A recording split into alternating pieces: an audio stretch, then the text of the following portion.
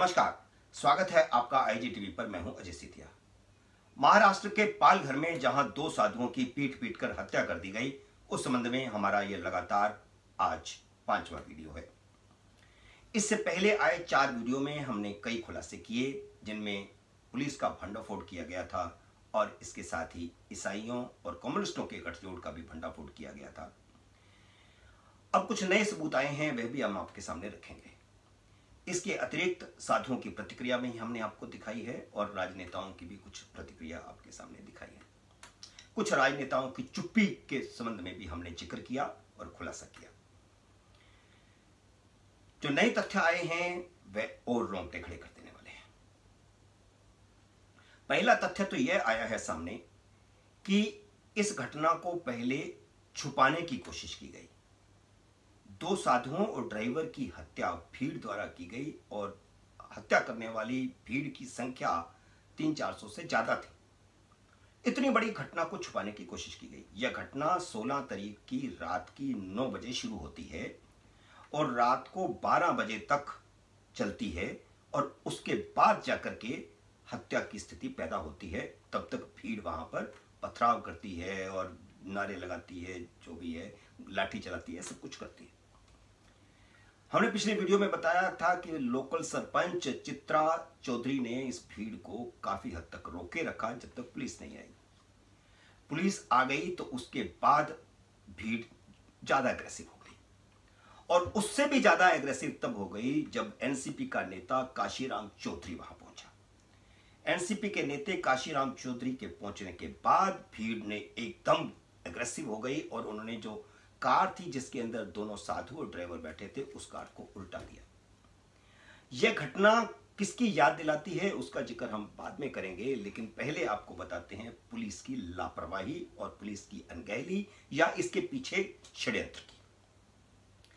पता तो यहां तक चला है कि हाई लेवल से इसकी एफआईआर को दर्ज करने से रोकने की कोशिश की गई।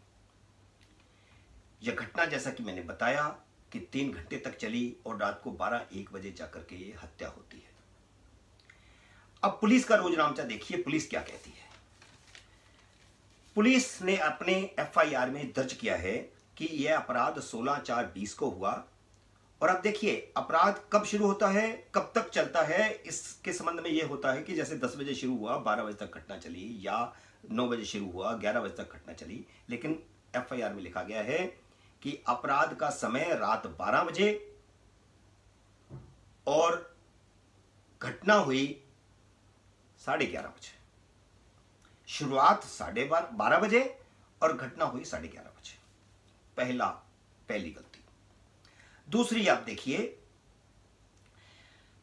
पुलिस वहां पर पहुंच गई थी 16 तारीख को। पहले 3 लोग पहुंचे, फिर 9-10 लोग और पहुंचे और कम से कम 12 लोग पुलिसकर्मी वहां मौजूद थे और उनकी मौजूदगी में तीनों की हत्या हुई। एक भी हत्या पुलिस की पहुंचने से पहले नहीं हुई थी।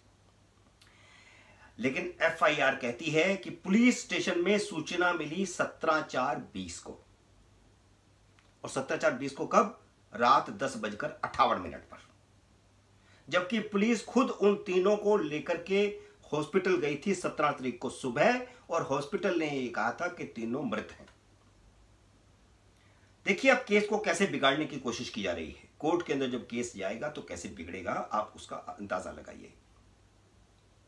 ये एफआईआर आपको दिखाई जा रही है, आप इसको देखिए। और एफआईआर कब लॉन्च होती है? 16 की घटना, 17 की रात को पुलिस को सूचना बताई जा रही है और एफआईआर दर्ज होती है 18 तारीख की रात को, 18/4/20 की रात को। अब खुलासा यह हुआ है कि ऊपर तक इस खबर को रोकने की कोशिश की गई, इसकी एफआईआर रोकने की कोशिश की गई और 18 तारीख की रात को जब एक वीडियो वायरल हो गया सोशल मीडिया पर, तब ऊपर से कहा गया कि अब आप एफआईआर दर्ज कीजिए। यह सबूत है आपके सामने कि 18/4/20 को रात को एफआईआर दर्ज की गई है, जबकि घटना 16 की है। 17 को पुलिस हॉस्पिटल लेके जाती है, 17 की रात तक जो है ये बताते हैं कि हमको सूचना मिली। अब आपको हम बताते हैं नेक्सस की अगली कहानी। थोड़ा पीछे लेकर चलते हैं। 1978 में 2 ईसाइयों ने, जो मिशन के लिए काम करते थे, मिशनरी जो वहां पर ईसाई मिशनरी कैथोलिक मिशन है वहां पर, उनके लिए जो काम करते थे दो ईसाई, एक का नाम है पीटर डिमोले और दूसरे का नाम है निकी कॉर्डोसो। निकी कॉर्डोसो क्रिश्चियन भी था, कैथोलिक चर्च के लिए काम भी करता था और नक्सली भी था। वामपंथियों के साथ उसका सीधा संबंध था। इन दोनों ने मिलकर के एक संगठन खड़ा किया, काश्तकारी संगठन, और इस काश्तकारी संगठन ने वहां पर एक तरह से राज किया है। जिस प्रकार छत्तीसगढ़, झारखंड, उड़ीसा के आदिवासी इलाकों के अंदर नक्सलवादी राज करते हैं, उसी तरह इस काश्तकारी संगठन ने लंबे समय तक वहां पर राज किया है और वहां पर राज करते हुए अपनी अदालतें लगाई हैं। पीपल्स कोर्ट इनको ये कहते थे। और आपको पता है कि जहां जहां कम्युनिस्टों का ज्यादा प्रभाव होता है वहां इसी तरह की पीपल्स कोर्ट लगाते हैं और जो कम्युनिस्ट विचारधारा के खिलाफ काम करते हैं उनको सजा देते हैं। बंगाल में हमने ऐसा देखा, केरल में ऐसा देखा। बंगाल में तो लंबे समय तक चलता रहा ज्योति बसु के राज के समय, इसीलिए वहां पर कोई दूसरा पैर नहीं जमा पाया। जब से ज्योति बसु वहां पर आए और कम्युनिस्ट पार्टी का राज बंगाल में स्थापित हुआ, उसके बाद दूसरा नहीं आ पाया, क्योंकि विरोधियों को पीपल्स कोर्ट लगा करके इस तरह सजा दी जाती थी। और ये यहां पर लगातार ऐसा हुआ है। इंस्टेंट सजा देने का प्रावधान इन्होंने काश्तकारी संगठन लगातार करता रहा है, पीपल्स कोर्ट लगाता रहा है, लोकल झगड़ों को वहां निपटाता रहा है।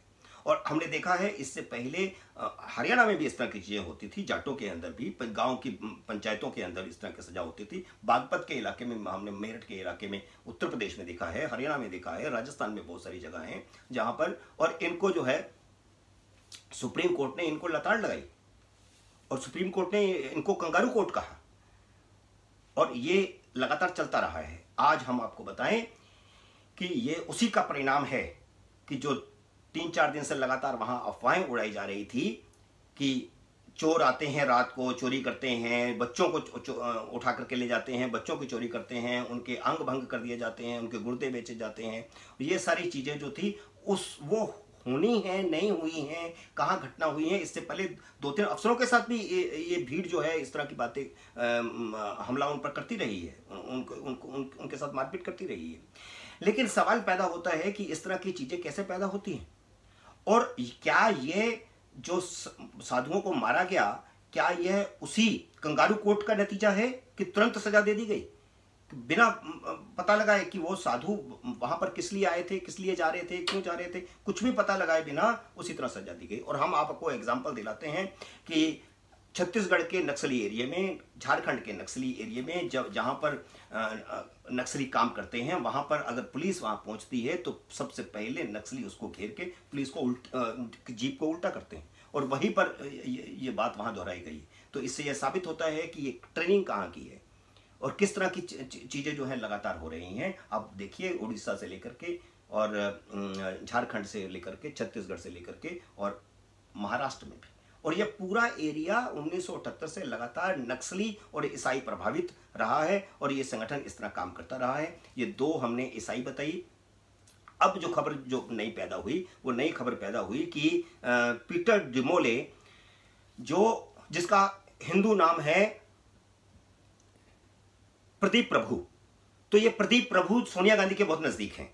अब हम इसकी बैकग्राउंड में आपको बता दें, जब यूपीए की सरकार थी उस समय एक एनएसी बनी थी, नेशनल एडवाइजरी काउंसिल, जो सरकार को सलाह देती थी और कानून बनाती थी, कानून का जो बिल बनाती थी और बिल बना करके सरकार को सौंप देती थी। सरकार उसको का काम था कि संसद से पास करवाना। इसी तरह आदिवासियों के संबंध में एक बिल बनाया जाना था, उसकी जो वर्किंग ग्रुप था, उस वर्किंग ग्रुप का ये प्रदीप प्रभु सदस्य था। ये ईसाई है, लेकिन इस जो वर्किंग ग्रुप की आप सूची अगर देखेंगे, गूगल सर्च करेंगे तो आपको मिलेगा इसका नाम प्रदीप प्रभु। वहां पर प्रदीप प्रभु लिखा हुआ है क्योंकि सोनिया गांधी अपनी लिस्ट में ज्यादा ईसाइयों को नहीं दिखाना चाहती थी। इससे एक इंप्रेशन बनता कि वो ईसाइयों के साथ मिलकर के काम करती, तो इसलिए इसका नाम वहां पर प्रदीप प्रभु। इसकी पत्नी है शिराज बलसारा।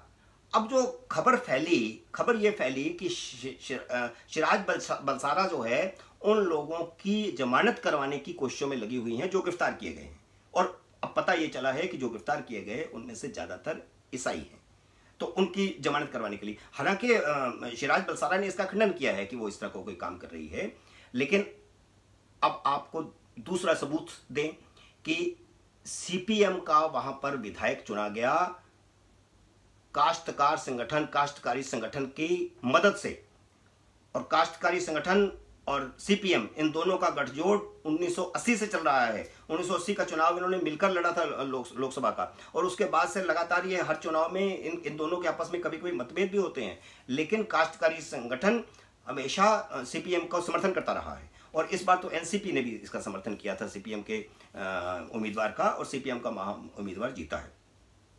बहुत सारी चीजें सामने आ रही हैं, और अब जो चीज सामने आई है वो ये है कि जो 5 लोग जिनको दुर्दांत बताया जा रहा है, और ये बताया जा रहा है कि मोटे तौर पर जो 101 लोग गिरफ्तार किए गए हैं, उनमें से मुख्य अपराधी ये 5 हैं। इनके नाम हैं जयराम रावते, महेश सीताराम रावते, गणेश देवजी राव, रामदास रूपजी आसरे, सुनील सोमरावते। और ये पांचों के पांचों सीपीएम के सदस्य बताए जा रहे हैं, और ये भी बताया जा रहा है कि ये क्रिश्चियंस हैं। ये हैं या नहीं हमको नहीं पता, लेकिन जो चीज आ रही है सामने, और ये भी अब प्रत्यक्षदर्शियों ने बताया है कि जिस समय ये अपराध हुआ था उस समय बहुत सारे लोगों के गलों के अंदर क्रॉस के निशान थे। तो नक्सलवादी, कम्युनिस्ट और ईसाइयों के गठजोड़ का ये नतीजा है, और इंस्टेंट जो जिसे कहते हैं सजा देना, उसका ये परिणाम हमको लगता है। और अब इस सब जब पोल खुलनी शुरू हुई है तो उसको छुपाने की कोशिशें शुरू हो गई हैं। हम जानते हैं इमरजेंसी के अंदर जब PUCL नाम का एक संगठन था जिसने बहुत सारी अच्छी काम किए, और उस काम की वजह से उसका एक नाम हुआ क्योंकि उसने बहुत सारे खुलासे किए जो ज्यादतियां इमरजेंसी के अंदर हुई थी।